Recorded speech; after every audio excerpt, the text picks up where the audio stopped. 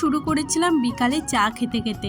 কি বলো তো, বিকালে আজকে সকালে না কটা রুটি করেছিলাম, তো সে কটাই রয়ে গেছে। ভাবলাম খালি খালি নষ্ট হবে, বিকালে চা করি আর খাই। আর ওয়েদার তো ভীষণ খারাপ, সারা দিন বৃষ্টি পড়ছে, বাড়ি থেকে বেরোতেও পারছি না। এখন শ্বশুরবাড়ি নেই, দেখো আমি পিসি বাড়ি আছি। আর দেখো পিসি বাড়ি এসে কিন্তু একদম উঠোনে কাদা কাদা। কালকে জানো তো জমি পুরো জলে ভেসে গেছিলো, আর উঠোনেও জল ঢুকে গেছিলো। আর সকালবেলা থেকে কারেন্ট ছিল না, যেহেতু ফোনে চার্জ ছিল না, তোমাদের দেখাতেও পারলাম না। এই দৌড়ের সামনে পর্যন্ত জল চলে এসেছিলো, এতটা বৃষ্টি হয়েছিল। এই তার জন্য সকাল থেকে আর ভিডিও করা হয়নি। আর এই বৃষ্টির মধ্যে পিসি তো বেরোতেই পারছিল না, যেহেতু পিসির ঠান্ডার দোষ।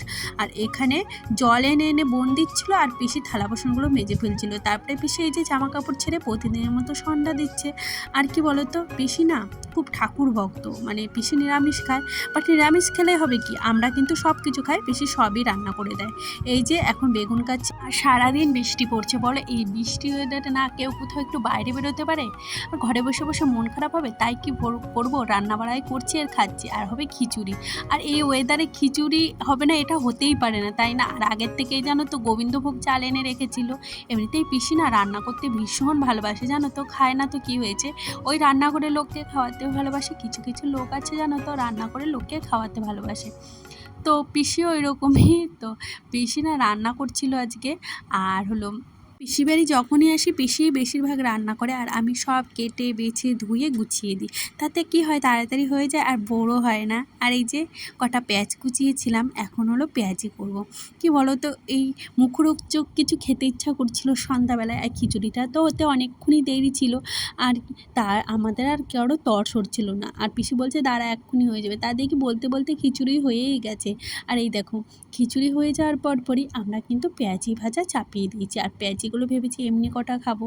আর সত্যি বলছি, এখন ভয়ে দিচ্ছি, আমার এখনই খেতে ইচ্ছা করছে। পেঁয়াজিগুলো সত্যি দারুণ হয়েছিল।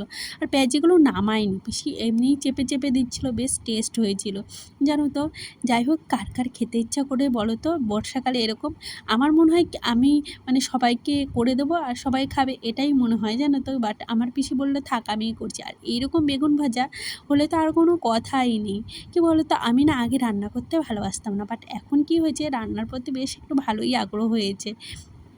আগে ভাবতাম আমার শাশুড়ি থাকবে, আমার শাশুড়িকে দিয়ে সব করাবো, কিন্তু সেই কপাল তো নেই।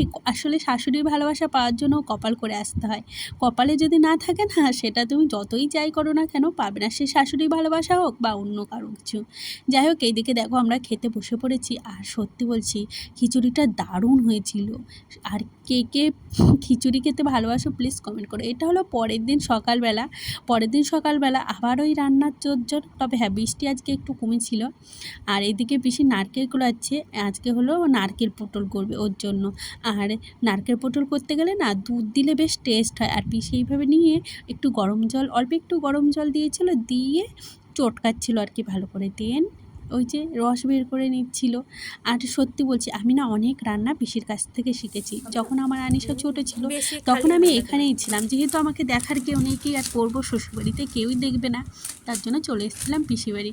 আর পিসির বাড়ি মোটামুটি 5 মাস ছিলাম। আর এই ঘিটা দেখছো না, এটা বাড়ির তৈরির ঘি। এটা হলো আমার মেজো পিসি বানিয়েছে, পিসিকে দিয়েছে। তো সিমুই খেতে আমি ভীষণ ভালোবাসি। কালকে না দুধ দানা হয়েছিল, সেটা আর খাওয়া হয়নি, তাই ভাবলাম চলো সকাল সকাল একটু সিমুই খাওয়া যাক। আর এই ওই সব ওয়েদারে কি পিসি বাড়ি এলেই খাওয়া দাওয়া পরের পর লেগেই থাকে। তো তার জন্য এই দেখো সিমুই রেডি। আর এদিকে দেখো পিসি আড়াকোণে চাপিয়েছিল নারকেল পটল। তবে হ্যাঁ, নারকেল পটলের রেসিপিটা তোমাদের দেখালাম না, বেশ দারুণ হয়েছিল খেতে জানো তো। আর পিসির হাতের রান্না সত্যি বলছি, যেরকমই রান্নুক না কেন বেশ ভালো লাগে। তো এখন খাবো তাই ভাবছি। আর ভিডিওটা যদি ভালো লাগে প্লিজ প্লিজ একটু পাশে থেকো আর সাপোর্ট করো, না হলে হয়তো ভিডিও করার এনার্জিটাই মাঝে মাঝে চলে যায় জানো তো। অনেক দিন ধরে খাচ্ছি এই প্রফেশনে, মানে কি বলবো, এই প্রফেশনে যারা আছে তারাই জানে কতটা কষ্ট। তো তোমাদের ভালোবাসা আমার ভীষণ ভীষণ প্রয়োজন।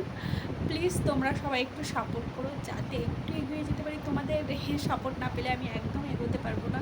মাঝে মাঝে ভেঙে পড়ি যে ভিডিও আর করবো না, ছেড়ে দেবো। তবে ভাবি না, ঠিক আছে আজকে না হোক কালকে হবে। তো সেই আশা নিয়ে আবার একটা ভিডিও করি।